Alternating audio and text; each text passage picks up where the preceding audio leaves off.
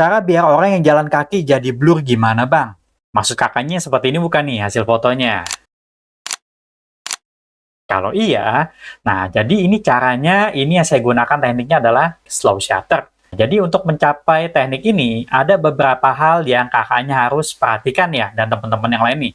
Nah, jadi mau tahu seperti apa caranya? Yuk, langsung aja kita bahas.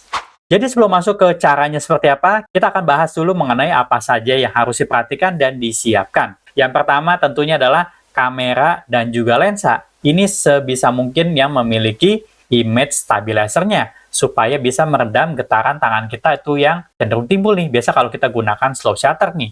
Kalau misalnya tidak punya kamera atau lensa, mungkin yang tidak ada image stabilizernya, gunakan tripod. Nah, ini tripod yang kokoh ya, itu akan sangat efektif sekali bisa meredam getarannya. Setelah menyiapkan salah satu atau bahkan dua dari alat ini, yang selanjutnya adalah untuk penyetingan kameranya. Ya, jadi saran saya untuk lebih mudah di sini ya, teman-teman bisa gunakan shutter priority mode. Shutter priority mode tuh maksudnya apa sih? Ya, jadi intinya adalah shutter speed itu yang kita tentukan secara manual ya, shutter speed mau dipakai di berapa. Untuk settingan f-nya, itu kita bisa setting ke auto saja.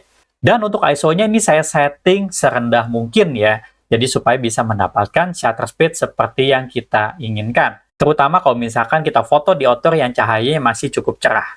Kalau misalkan kita sudah menggunakan settingan ISO serendah mungkin, f-nya sudah sekecil mungkin tapi masih overexposure ya, itu bisa kita tambahkan satu alat lagi, yaitu adalah filter ND atau variable ND. Nah, ini silakan teman-teman bisa pilih aja yang mana.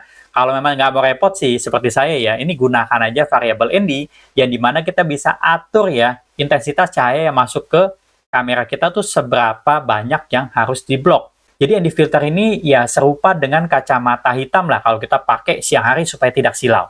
Setelah pengaturan f-nya ke auto, ISO-nya dipakai sudah sesuai, ini saatnya kita atur shutter speed-nya. Itu dari pengalaman saya, kalau foto orang jalan supaya bisa blur ya, itu setengah detik sampai dengan ke 4 detik. Tapi ini kembali lagi ke situasi teman-teman semua ya. Semakin cepat orang itu berjalan ya, tentunya shutter speed yang kita gunakan tuh ya tidak usah terlalu lama sekali. Itu sudah bisa menghasilkan motion blur dari orang-orang yang berjalan.